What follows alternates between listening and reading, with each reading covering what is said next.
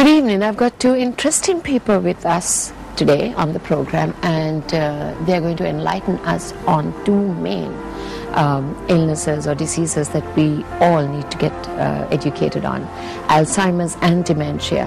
We have the co-trustee of the Alzheimer's Foundation of Sri Lanka. Her husband and her together founded the Alzheimer's Foundation. She's Lorraine Tammitigama. Good evening, Lorraine. Good evening.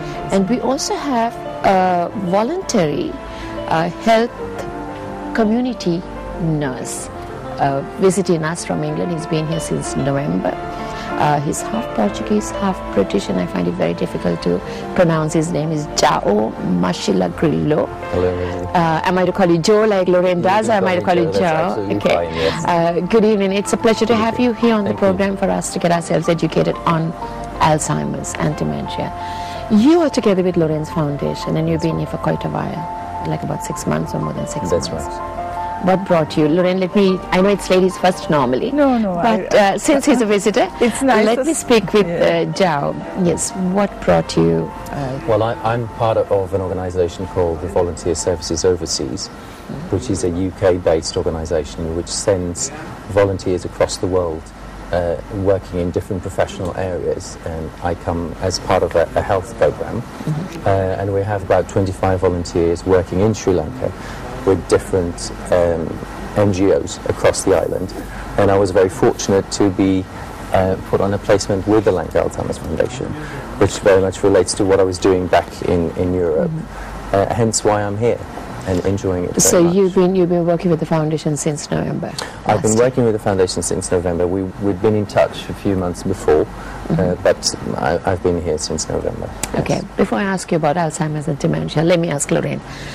Tell me the background of the foundation. You set the foundation up in 2001. It was my husband's vision, and I supported him because as a dutiful wife I thought I needed to support my husband in what he wanted to do.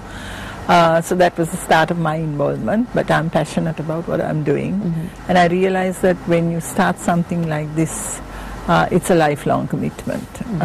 So that's, there's no turning back. There's no turning back. You can't... no excuses. Was there an incident for you to, like, your husband to, basically, did you have a family member who had dementia or Alzheimer's? Well, after my involvement with the foundation and I learnt about dementia, I realized that my father had probable vascular dementia because he had all the signs of the symptoms of...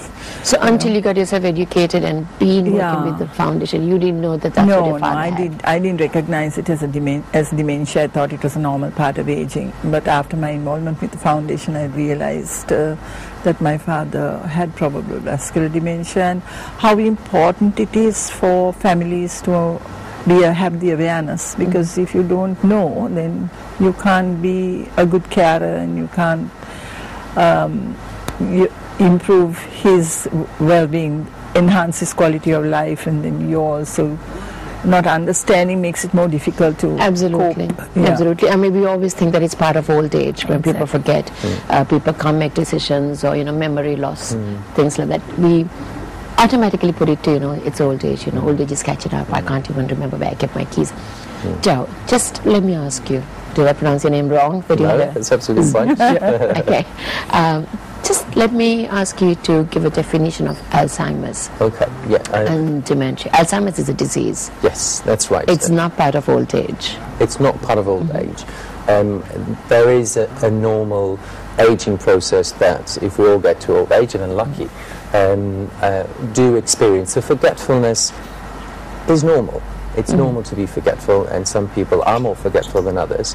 And just because you forget your car keys or whatever, you don't have to become concerned that you're going to develop dementia. So it's really looking at the level of forgetfulness. If you do become very forgetful, then there may be something wrong. But just going back to your question, what is Alzheimer's and what is dementia? So Alzheimer's disease is one of the many diseases or conditions that can affect the brain.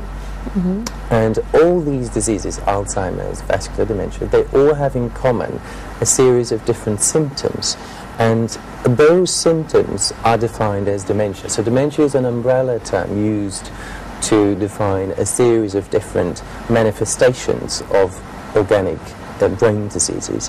And Alzheimer's is the most common type of disease, hence why the foundation is called the Alzheimer's Foundation, because it is the most common disease that may lead to dementia. Actually, 50% of the cases that present with dementia are caused by Alzheimer's disease. Okay, so let's explain a bit more about Alzheimer's, the brain disorder, and why would it happen? Is it in your genes? Is it a genetic thing, or how does it happen, and why does it happen? Is it lifestyle? Yeah, it's difficult to know. Some people will say that there is a slight gene component or genetic component to it. Lifestyles, yes. But then when you look at all the people that experience Alzheimer's disease, they come from so very different backgrounds, and some people with so very different lifestyles. And that's when you realize that still a lot of research needs to be put into why we develop dementia. There are a series of behaviors that the scientific community believes that will help to prevent or minimize the risk of you developing dementia.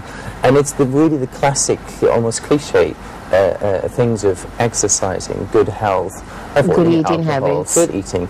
So everything that is good for the heart usually is good for the brain. That's what the saying says. So not sure yet what is that causes dementia and Alzheimer's specifically, but we know that prevention is a very important step to follow. Yeah, but without knowing exactly what causes Alzheimer's, Sure. how could one prevent I think Alzheimer's? following those steps is very important. And what is very important as well is if you do feel that there is some forgetfulness there is some confusion, disorientation, when it's becoming more difficult to learn new information or interpret information and things that you used to be able to interpret and to do, go and see your doctor, because the sooner you pick up that something might not be right, the more help you can receive. There isn't, unfortunately, a cure yet for Alzheimer's disease. But can you slow the process? You can slow the process. There is medication that slows the process, but medication isn't the only answer.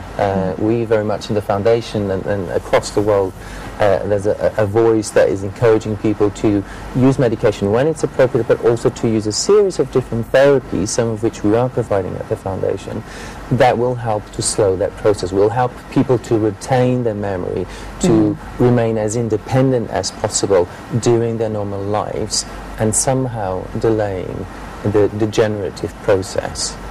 Thank you, Joy. Let's take a small break, and after the break we're going to learn more about Alzheimer's and dementia.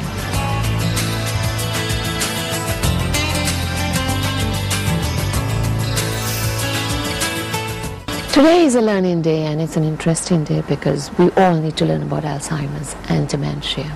And we've got the co-founder of the Lanka Alzheimer's Foundation, Lorraine, and we also have a voluntary worker who's come from the organization VOS from Britain to help Lorraine and the foundation, Joe. Lorraine, let me ask you about the foundation itself. What kind of work does the foundation do, and are you just based in Colombo, or do you have branches No, we in don't other have parts? branches. It would be. We hope that we will have chapters around the country. You're hoping in to the have. future, yes. But right now we're focused on setting up services in Colombo. We built the center. We have an activity center where people with dementia come to us for the day and provide respite That's for the where family. they can get therapy. Yes, Okay. yes. And we have awareness programs, we have public lectures, we have caregiver support group meetings, counseling, assessments. If people are concerned about, Who does the counseling and who does the assessments? Do you have medical assistants? Tammy is a counselor, so he does counseling, and then Joe as well. Joe does the assessments. We're all learning a lot from Joe. Okay. New people are coming on board from June 1st. So they're fluent in Sinhala and Tamil, and they'll be understudying Joe, because the idea is to sustain what Joe has started at the foundation. Have people in Sri Lanka learned to realize the need to go for counseling, therapy, support groups, or to learn about the disease? Do you have like a rush of people coming in, or do you need to go out and reach out? Not a rush, but sometimes when people are under stress and they don't understand the illness and they're finding it difficult to cope, talking to somebody talking therapy is very helpful. Just sometimes we just sit and listen to them. And is it just the Colombo based people that would come to you, or do people from outstation who have learnt about the foundation? Yes, we have had people from out of Colombo come to us. In fact, one gentleman called us from Peradeniya, and he brought his wife who has dementia on the train in the morning and spent the day with us at the activity center. It wasn't something I encouraged him to do because I felt bad that he had to travel all this way, but he wanted, because we do telephone counseling, and so people from obviously he benefited from it, and he felt that he would like to put a face to Lorraine, and so he took the trouble to bring his wife for the day to Colombo. So do you feel that there is a need to set up basically outlets in some of the major districts? Definitely. We're looking for volunteers. We're looking for people to start chapters in other parts of the country. We do have, through the newspaper, through the print media and electronic media, we have built awareness around the country. So we have a national dementia helpline. We get calls from Baumia and from Peradeniya and from down south. From all over the island. How desperate are people to get information or to get counseling, to know about the disease and to know whether they are going through the disease or whatever? Basically, when they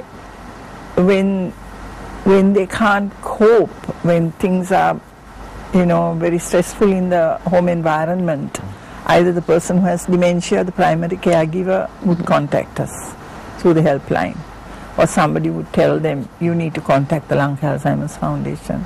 It's really when people are kind of at a breaking point, and just picking up on what you mentioned before, Rosie, about if we have loads of people coming in through our doors. We don't. It's been a sort of a steady growth, but what my impression is it because people don't understand that they need help, or do they just feel that this is just part of the aging process? I think there's three things. The two things that you've mentioned now, people don't, there's not enough information, that's why we're trying to fill in that gap. I think there is misconceptions around old age and forgetfulness and dementia, two separate things. And I think also from the experience of talking to some people here, it's actually very difficult to talk about something that's incredibly emotional. And I think that people do struggle. It's a very normal human condition to struggle to talk about what's difficult and about their own health. So there's a huge stigma still that it's still there, very much present in society, and it is when people like the kind of a breaking point that they will come to us. And also like we want people to come to us. We want to be able to help people. But then some people, even if they recognize that there is short-term memory... Is there a denial factor? Denial. Yes, I was just about to say, you see, if they don't accept it and there's denial, it takes longer for them to come to seek support or seek advice or seek information about what do I do? And I think one of the most important messages for us today, and taking this wonderful opportunity of being invited by you to be here, is that at the foundation we try to be as non-judgmental as possible. The centre is open to everyone, whatever religion you are, whatever background you come from, and we want to listen to people's stories and try to help them and try to direct them in the right path. So that sort of non-judgmental attitude, I think, is very much needed, because people are scared of being judged, and that's a huge obstacle to move forward. So that's where the denial and the stigma part comes in. Yes. Joe, this is for you. Can you just explain the difference or the definitions between Alzheimer's and dementia? You earlier explained about, basically dementia is the umbrella. That's right. Whatever. So Alzheimer's is the disease. Okay. Okay, so Alzheimer's is one of many diseases that affect the brain and ultimately change the structure of the brain. When does it start?